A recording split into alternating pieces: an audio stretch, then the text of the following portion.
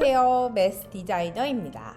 오늘은 한소리 친구랑 피보나치 수열에서 출발을 해서 나선까지의 여정 중에 피보나치 수열의 특징과 일반항을 구하는 방법 그리고 관련된 교과 문제를 풀어보는 시간을 갖도록 할 거예요. 자, 시작하겠습니다. 우리가 공부해야 되는 부분은 다음과 같은 위계를 가지고 있어요. 피보나치 수열에서 나선까지 이야기고요.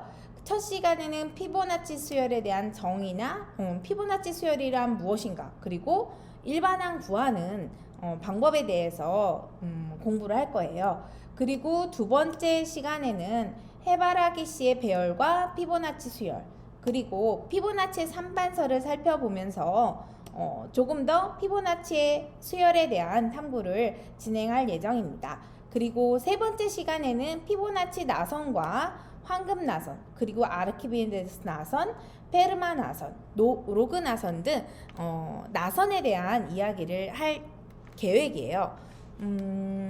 자, 관련된 키워드 중심으로 한번 봐주시면 될 것 같습니다. 자, 한솔아, 제가 퀴즈를 낼게요. 한 쌍의 토끼가 있어. 이 토끼는 태어난 지 2달이 지나면 어미가 돼서 꼭 한 쌍씩 새끼를 낳게 돼요. 그리고 토끼는 절대로 죽지 않아요. 1년 뒤에는 몇 쌍의 토끼가 있을까요? 에이, 이건 피보나치 수열이잖아요. 저도 그쯤은 알고 있어요. 1부터 시작해서 앞에 두 항을 더한 게 다음 항이라는 건 알고 있어요. 근데 왜 그런지 이유는 사실 알지를 못해요. 일반항을 구할 수 있지만 교과과정 외라는 이야기도 들었고요. 참, 교과서랑 교재에서 이 문제가 피보나치 수열과 관련된 거라고 하더라고요. 봐주시겠어요?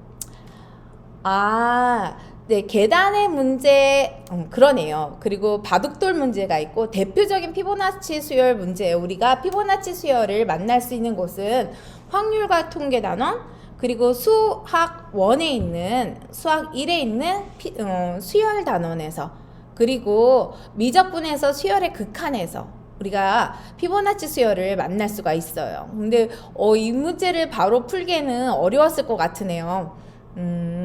그래요. 우리 한번 같이 풀어보도록 합시다. 우선 토끼 문제부터 이해를 하고서 넘어갈 거예요. 기본적인 피보나치 수열의 원리랑 그리고 토끼 개체수 증가 자료를 다음 인터랙션 페이지에다가 넣을 테니까 다음을 눌러서 확인해 보도록 합시다. 자, 이건 토끼의 가계도예요. 그리고 우리가 가계도를 잘 살펴보고 관련되는 문제를 풀어볼 예정입니다. 사실 이 문제는 피보나치의 3반서에 나오는 내용이에요.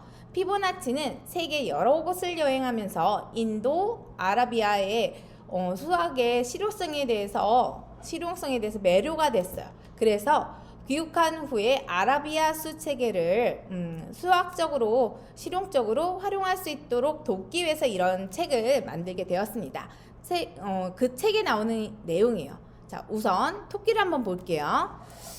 중요한 키워드가 좀 있어요. 그리고 우선 이 기호부터 설명을 할게요. F 첨자 N은 이거는 n번째 달의 토끼 쌍의 수예요. 지금 A라고 되어 있으니까 A 쌍의 토끼가 있다는 거고, n 플러스 1은 그러면 n 플러스 1번째 달의 토끼 쌍의 수가 B 쌍이 있다는 얘기겠죠. 근데 다음과 같은 식이 나옵니다.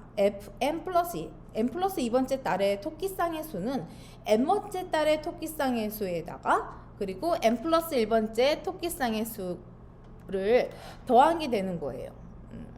자, 우리 한번 이 부분은 수학의 귀납적 정의 단원이에요. 그래서 우리가 이 일반항을 살펴본 후에 그 수학의 귀납적 정의에 대해서도 한번 이야기해 보도록 하겠습니다. 규칙이 있어요. FN은 n번째 달의 토끼쌍의 수고요. 그래서 n번째 달의 토끼쌍의 수를 나타냅니다. 그 다음에 이 토끼들은요, 다음 달이 돼서는 태어난 지 n번째 달에 태어났을 때는 태어난 달에는 토끼를 낳을 수가 없어요. 토끼를 그러면 한 달이 지났을 때는 아직 토끼들이 태어나지 않죠. 근데 한 달이 더 지났어요. 두 번째 달부터는 한 쌍의 토끼가 한 쌍의 새끼 토끼를 낳게 되는 겁니다. 두 번째 달부터, 태어난 지 두 번째 달부터. 그리고 중요한 게 있어요. 이 토끼들은 절대 죽지 않아요. 그러면 1년이 지난 후에 이 토끼 쌍의 수는 어떻게 될까요? 가 이 문제입니다. 네. 우리 관련되는 자료들을 보면서 극한 문제를 하나 먼저 풀어보기는 할 텐데, 우선 우리 토끼들의 이 일반항이 우리가 fm 플러스 2의 값이 왜 fm 플러스 fm 플러스 1인지를 조금 더 자세히 살펴보도록 할 거예요. 한번 화면을 잘 봐주세요. 제가 빨간색 박스를 쳤어요. 이거는 n번째 달의 토끼 쌍의 수예요. A 쌍이 있습니다. 그리고 파란색 박스는요, 그 다음 달이에요. n 플러스 1번째 달의 토끼 쌍의 수고요. B 쌍이 있습니다. 이 n번째 달부터 한번 볼 거예요. 그 다음 달인 n 플러스 2번째 달, 즉 두 달 뒤란 말이에요. n번째 달에서 2개월이 지났어요. 그러면 n번째 달에 태어난 토끼들은 두 달이 됐으니까 그 태어난 수만큼 새끼 토끼를 낳게 되겠죠. 그걸 빨간색으로 제가 표시를 한 거예요. 하지만 n 플러스 2번째 달 입장에서 보면 파란색으로 표시되는 거는 우리가 한 달이 지났단 말이에요. 그래서 n 플러스 1번째 달에 태어난 토끼는 아직 토끼를 생산할 수가 없습니다. 그래서 원래 있던 토끼 개체수가 그대로 유지가 되는 거죠. 그래서 그러면 보세요. 빨간색 박스에 있는 토끼 쌍의 수와 파란색 박스에 있는 토끼 쌍의 수를 더한 게 n 플러스 2번째 달, 그 밑에 있는 항에 토끼 쌍의 수가 되는 거죠. 다시 한번 정리를 할게요. 빨간색은 우리가 n 플러스 2번째 달 입장에서 보면 빨간색이 n번째 달에 A쌍의 토끼가 있었어요. 그 수만큼 토끼가 태어납니다. 파란색은 아직 한 달 차예요. 그래서 토끼를 아직 낳을 수가 없어요. 그래서 그 수만큼이 유지가 되는 거죠. 그래서 첫 번째 달부터 한번 우리 토끼 쌍의 수를 세어볼 거예요. 1, 한 쌍이네요. 그 다음에는 또 한 쌍이네요. 두 쌍이 됐죠? 한 달이 지났으니까, 두 달이 지났으니까. 그 다음에는 세 쌍이 됐습니다. 그 다음에는 다섯 쌍. 이래요. 이렇게 해서 피보나치 수열의 일반항이 우리가 만들어진 것이죠.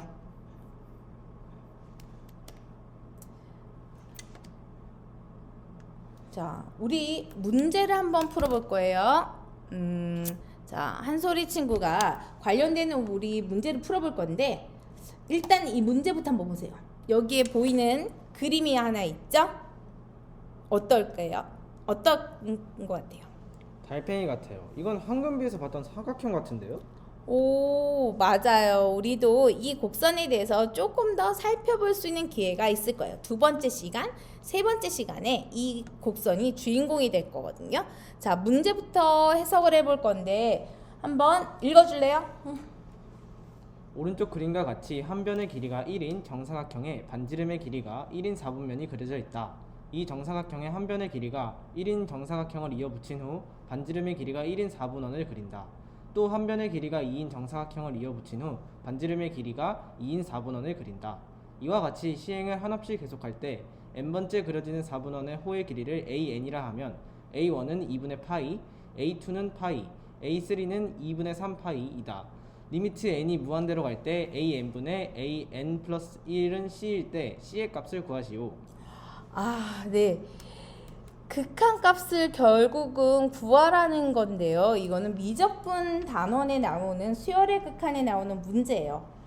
우선 이 문제는 보면 4분원의 호의 길이를 구하라고 했어요. 그래서 몇 가지 이제 우리가 공식도 기억을 해야 되겠지만, 지금 이 달팽이 모양의 나선이 만들어지는 원리를 한번 우선 살펴볼게요. 반지름이 1인 정사각형부터 지금 보이고 있어요. 주황색, 빨강색, 그리고 노란색, 초록색, 파란색, 보라색 이렇게 있습니다. 이 반지름이 이 정사각형의 한 변의 길이가 지금 색칠한 선과 같은데요. 이 선들을 제가 한번 쭉 한번 이어볼게요. 왜냐하면 호의 길이는 반지름의 길이와 같고 이 4분원의 반지름의 길이는 결국은 정사각형의 한 변의 길이거든요. 자, 한번 모아봤습니다. 그래서 이 정사각형 한 변의 길이부터 한번 쭉쭉 읽어보도록 할게요. 한소리가 읽어주자 이거는. 1, 2, 3, 5, 8, 13. 네, 조금 전에 살펴봤던 피보나치 수열인 거죠. 자, 그러면 우리가 이때 이제 반지름의 길이를 이용을 해서 우리 4분원의 호의 길이를 찾아야 되는데 이 4분원의 호의 길이를 구하는 공식도 우리가 알아야 돼요. 근데 이 문제를 해결하기 위해서 가장 중요한 것은 우리가 정의를 지금 수식으로 나타내는 거거든요. 그러기 위해서는 수열의 귀납적 정의에 대해서 알고 있어야 됩니다. 자, 수열의 귀납적 정의는 우리가 수학 1단원에서 배웠어요. 그래서 수열의 귀납적 정의란 이것도 한번 한소리가 읽어주자. 수열의 기납적 정의란 수열 AN에 대하여 첫째 항을 포함한 최소한의 항과 이웃하는 여러 항의 관계식으로 수열을 정의하는 것. 맞아요. 그래서 쉽게 이야기하면 항과 항 사이의 관계로 나타내는 거죠. 우리가 이 문제를 해결하기 위해서는 호의 길이를 구하는 귀납식을 우리가 알고 있어야 돼요. 그래서 공식을 한번 떠올려야 돼. 호의 길이, 부채꼴의 호의 길이 구하는 공식이 무엇이었죠? 한솔아? R 세타요. 아, 맞아요. 이 R 세타가 호의 길이를 구하는 공식이었었고요. 이때 R은 반지름이었어요. 부채꼴의 반지름의 길이고 그 다음에 세타 값은 우리 라디안으로 나타낸 부채꼴의 중심각입니다. 지금 이 문제 같은 경우에는 90도죠. 90도를 라디안으로 표현을 하면 2분의 파이예요. 그리고 반지름의 길이가 첫 번째 항 같은 경우에는 우리 정사각형 한 변의 길이가 1이었죠. 그리고 4분원이었으니까 90도, 즉 2분의 파이가 중심과 부채꼴의 반지름의 길이는 1. 그럼 1 곱하기 2분의 파이니까 네, 첫 번째 항은 2분의 파이입니다. 그리고 관계식으로 우리가 나타내면 아까도 우리 길이 부분들을 정사각형 한 변의 길이들을 살펴봤죠. 호의 길이는 넓이랑은 조금 달라요. 호의 길이는 어쨌든 반지름의 길이에 비례하고 그리고 중심각의 크기에도 비례해요. 근데 중심각은 4분원이기 때문에 일정한 거죠. 즉 호의 길이는 반지름의 길이에 비례하게 되어 있습니다. 그렇다면 아까 정사각형 한 변의 길이, 즉 반지름이 1, 2, 3, 5 이렇게 증가했죠. 즉 피보나치 수열이에요. 4분원의 호의 길이도 피보나치 수열을 이룹니다. AN 플러스 1은 우리 4분원의 호의 길이 AN이라고 정의했을 때 AN 플러스 2는 AN 플러스 AN 플러스 1이 되는 거죠. 그럼 조금 더 살펴보도록 할게요. 세타는 일정하고 그리고 2분의 파이였어요. 그리고 반지름의 길이의 비가 결국은 호의 길이의 비가 되고 호의 길이는 R 세타였었죠. AN을 호의 길이라고 우리가 정의를 했을 때 첫 번째 항 2분의 파이, 두 번째 항도 2분의 파이, 그 다음에 세 번째 항은 파이 이렇게 될 거예요. 그래서 피보나치 수열을 이루기 때문에 AN 플러스 2가 AN 플러스 1 플러스 AN 이렇게 되는 식이 나오게 됩니다. 그러면 식을 살짝 변형을 해볼게요. 왜냐면 우리가 이 극한의 문제를 해결하기 위해서는 결국 우리가 구해야 되는 게 뭐였죠? 리미트 n이 무한대로 갈 때 an분의 an 플러스 1의 값을 구해야 되는 거예요. 그래서 an에 관한 식으로 한번 바꿔보도록 할게요. an 플러스 1은 an 플러스 an 마이너스 1, 즉 앞에 두 전항 더하기 그 전항으로 나타낼 수 있고요. 그리고 수열은 0부터가 아니라 자연수 첫 번째 항부터 있기 때문에 n에다가는 2부터 대입을 하면 되겠습니다. 그래서 an 플러스 1을 그러면 우리가 피보나치 수열이니까 am 플러스 1을 am 플러스 am 마이너스 1로 나타낼 수 있어요. 그래서 am 플러스 1 대신에 am 플러스 am 마이너스 1을 갖다 넣으면 이렇게 약분할 수 있죠. 우리가 하트라고 부르죠. 네, 약분하고 나면 1 더하기 am분의 am-1의 값이 나와요.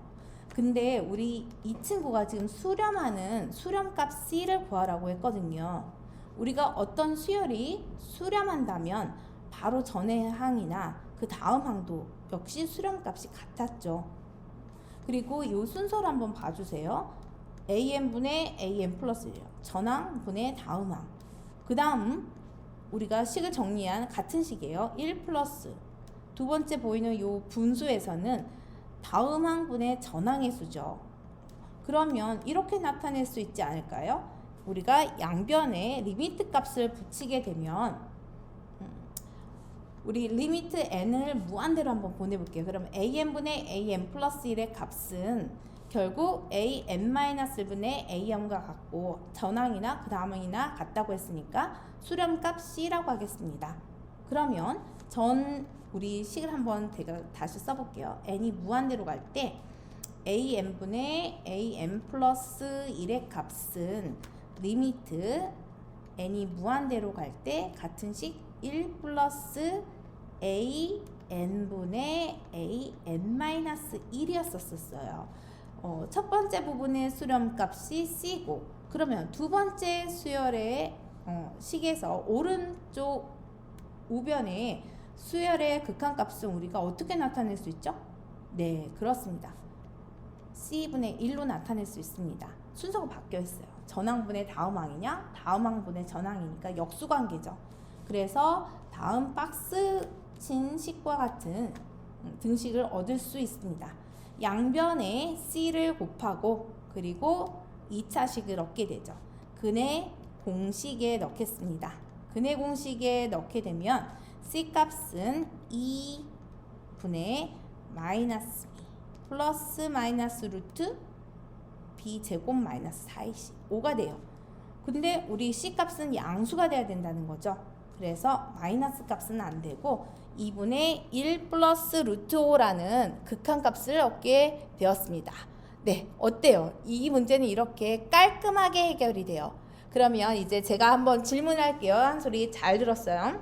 답해보세요. c 값이 우리가 극한값이 2분의 1 플러스 루트 5라고 했거든요. 이 수를 보고 떠오르는 사실이 있지 않을까요? 혹은 생각나는 숫자가 있을 것 같아요.